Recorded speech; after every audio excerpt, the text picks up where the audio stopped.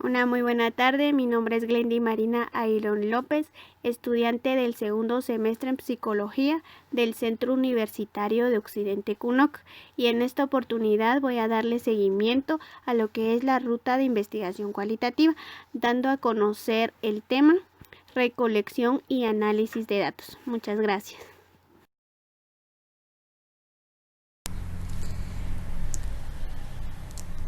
Como ya se mencionaba anteriormente, el tema es la recolección y análisis de los datos en la ruta cualitativa. Lo que busca es obtener datos de personas, otros seres vivos, comunidades, situaciones o procesos en profundidad. Esto ocurre en los ambientes naturales y cotidianos de las personas o unidades de muestreo. En el caso de personas, en su vida diaria, podría ser el cómo hablan, en qué creen, qué sienten, cómo piensan, cómo interactúan, entre otros. La verdadera respuesta, y que constituye una de las características fundamentales del proceso cualitativo, es el propio investigador. Eso tengámoslo siempre en cuenta. La recolección de datos se apoya en lo siguiente: en las anotaciones y bitácoras de campo. ¿Qué significa esto? Que es un formato que registra de forma cronológica datos, sucesos, acontecimientos o cualquier otra información de interés sobre un tema en concreto. Está también la observación, que es el proceso de investigación que sirve para recopilar información o datos. La observación cualitativa se enfoca en los 5 sentidos: vista, olfato, tacto, gusto y oído. Y básicamente esta no incluye mediciones de números, sino de características. Tenemos también la entrevista, que es una técnica de gran utilidad en esta investigación. Para recabar datos, se define como una conversación que se propone un fin determinado distinto al simple hecho de conversar. La siguiente son los grupos de enfoque. Son ante todo una técnica de investigación cualitativa, donde la discusión grupal se utiliza como un medio para generar entendimiento profundo de las experiencias y creencias de los participantes. Tenemos también los documentos, materiales y artefactos diversos. Estos son un soporte material de hechos, fenómenos y manifestaciones de la realidad social, que existe con independencia de la acción del investigador. Y por último tenemos las biografías e historias de vida. Estas integran los relatos de toda una vida o de determinadas etapas o acontecimientos biográficos de relevancia de la persona estudiada, además de toda la información o documentos de los que se pueda disponer sobre la vida de la persona, ¿verdad?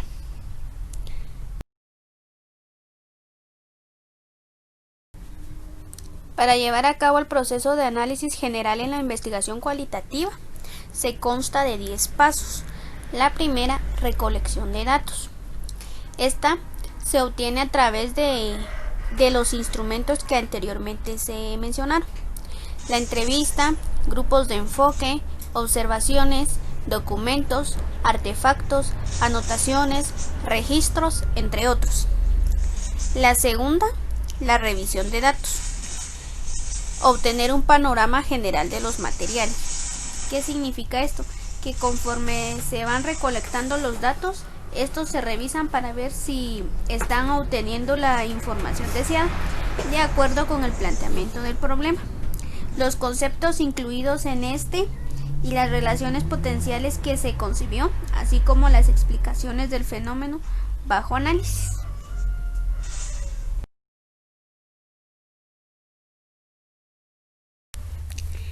El tercer punto es la organización de los datos. En esta podemos encontrar dos elementos importantes. La primera, determinar criterios de organización, y la segunda, organización de los datos de acuerdo con los criterios. El punto número 4 es la preparación de los datos para análisis. De igual forma, encontramos dos puntos importantes dentro de ella. La primera, limpiar grabaciones de ruidos, digitalizar imágenes, filtrar videos. Y la segunda, transcribir datos verbales en texto, incluyendo bitácoras y anotaciones. El quinto punto es la definición de la unidad de análisis, la cual trata de elegir cuál es la unidad de análisis o significado adecuada a la luz de la revisión de los datos, constante o fija.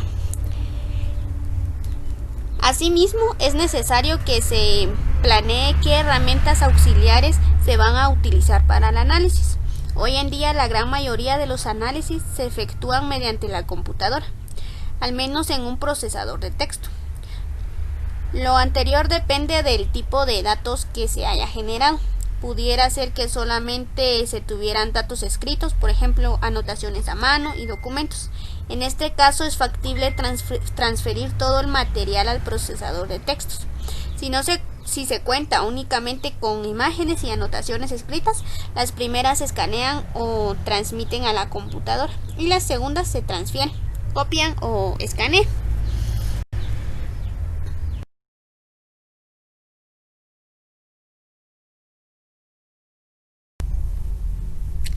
Acá tenemos el paso número 6, que es la codificación abierta. ¿Esta qué significa? Codificar las unidades por comparación constante entre ellas para generar o descubrir categorías y designarles un código o nombre. El paso número 7 es la descripción e ilustración de las categorías producidas por la codificación abierta. Y dentro de ella, de cada categoría, vamos a evaluar 4 elementos: la definición, que es la extraída de los datos, la conceptualización del investigador, el significado de acuerdo a los datos analizados y los ejemplos o ilustraciones de segmentos de contenido o unidades. El paso número 8 es la codificación axial o codificación selectiva. La axial significa descubrir las categorías más relevantes del fenómeno o problema analizado, y la selectiva, agrupar categorías similares en temas en categorías generales y a su vez estos en patrones, que serían las categorías sumamente generales.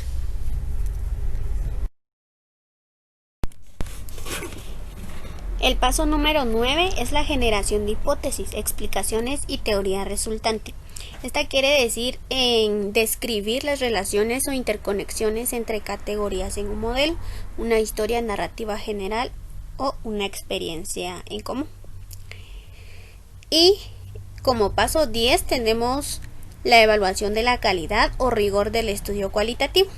Dentro de ella vamos a estudiar 5 aspectos: la dependencia, la credibilidad, la transferencia, la confirmación y otros criterios, dependiendo del caso. Como siguiente punto tenemos el análisis de los datos. Para analizar los datos, el investigador se auxilia en software, y pues en la actualidad se cuenta con diferentes programas que le sirven de auxiliares en análisis cualitativos a cualquier investigador, pero de ninguna manera sustituyen el análisis creativo y profundo como investigador. Simplemente facilitan la tarea. Y pues algunos de los nombres de programas que más se utilizan en el análisis cualitativo son las siguientes: ATLAS-T, el cual es un excelente programa desarrollado en la Universidad de Berlín. Esta es utilizada para segmentar datos en unidades de significado, codificar datos y construir teoría.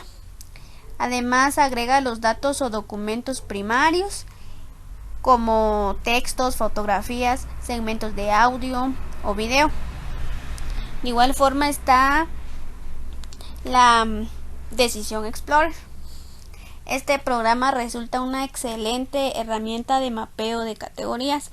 Puede visualizar relaciones entre conceptos o categorías en diagramas.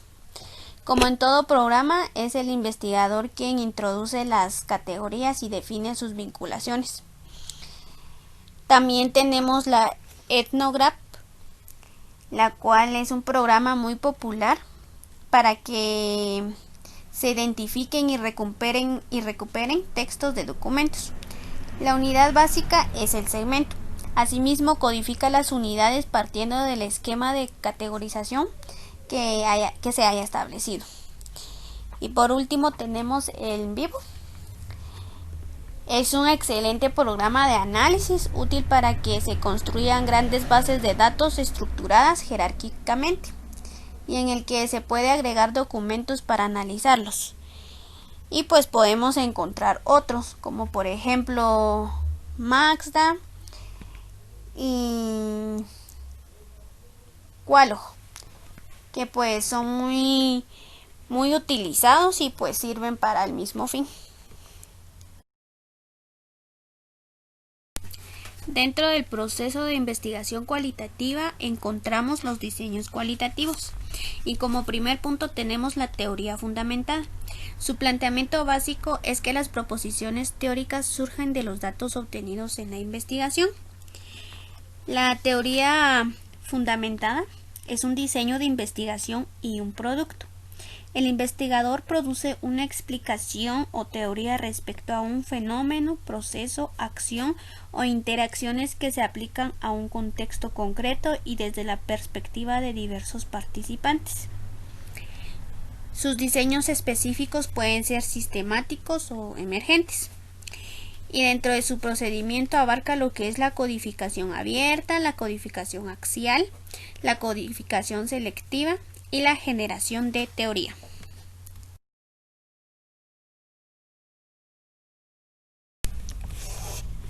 El siguiente punto son los diseños etnográficos. Estas pretenden describir y analizar ideas, creencias, significados, conocimientos y prácticas de grupos, culturas y comunidades. Existen varias clasificaciones de los diseños etnográficos. Las principales son las siguientes: realistas, críticos, clásicos, microetnográficos y estudios de caso.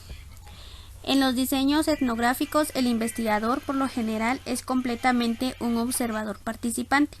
Estos abordajes investigan colectividades que comparten una cultura.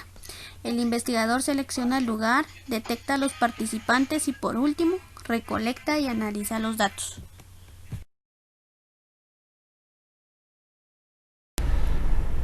Como siguiente punto tenemos los diseños narrativos. Estas analizan historias y vivencias sobre sucesos considerando una perspectiva cronológica. Se cimientan en narrativas individuales o grupales, tanto escritas como verbales e incluso artísticas. Como ya se mencionaba, el investigador recaba datos sobre las historias de vida y experiencias de ciertas personas para describirlas y analizarlas. Los diseños narrativos pueden referirse, primero, toda la historia de vida de un individuo o grupo. Segundo, un pasaje o época de dicha historia de vida. Y tercero, uno o varios episodios de diferentes participantes. Además de ello, se dividen en, podemos ver allá, 3 tipos. El primero son los de tópicos. Estos se enfocan en una temática, suceso o fenómeno. Están también los biográficos, que se refiere a una persona, grupo o comunidad sin incluir la narración de los participantes en vivo, ya sea porque fallecieron, porque no recuerdan a causa de su edad o enfermedad o son inaccesibles. Y por último, los autobiográficos. Esta se utiliza de una persona, grupo, comunidad, incluyendo testimonios orales en vivo de los actores participantes. El siguiente punto es el diseño fenomenológico. Estas exploran, describen y comprenden las experiencias de las personas respecto a un fenómeno. El fenómeno se identifica desde el planteamiento y puede ser tan variado como la amplia experiencia humana, como una enfermedad, un proceso, una catástrofe, la exposición a un programa televisivo, una situación cotidiana, entre otros. En ocasiones el objetivo es describir el significado de un fenómeno para varias personas. Además, compara similitudes y diferencias entre las experiencias de los participantes respecto al fenómeno considerado e integran una experiencia general en común. Y sus enfoques pueden ser de 2 tipos: la fenomenología hermenéutica y la fenomenología empírica.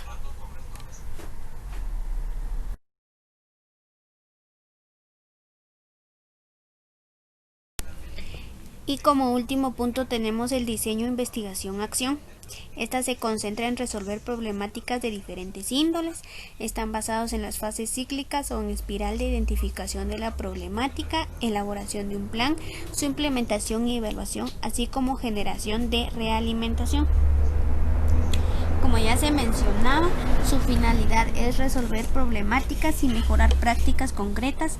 Se concentran en apoyar información que guía la toma de decisiones para programas, procesos y reformas estructurales. 3 perspectivas destacan en la investigación-acción, que son las siguientes: la visión técnico-científica, la visión deliberativa y la visión emancipadora. Podemos encontrar en la literatura 2 diseños fundamentales de la investigación-acción, como lo que es la práctico y participativo. El diseño participativo implica que las personas interesadas en resolver la problemática ayudan a desarrollar todo el proceso de la investigación, de la idea a la presentación de resultados.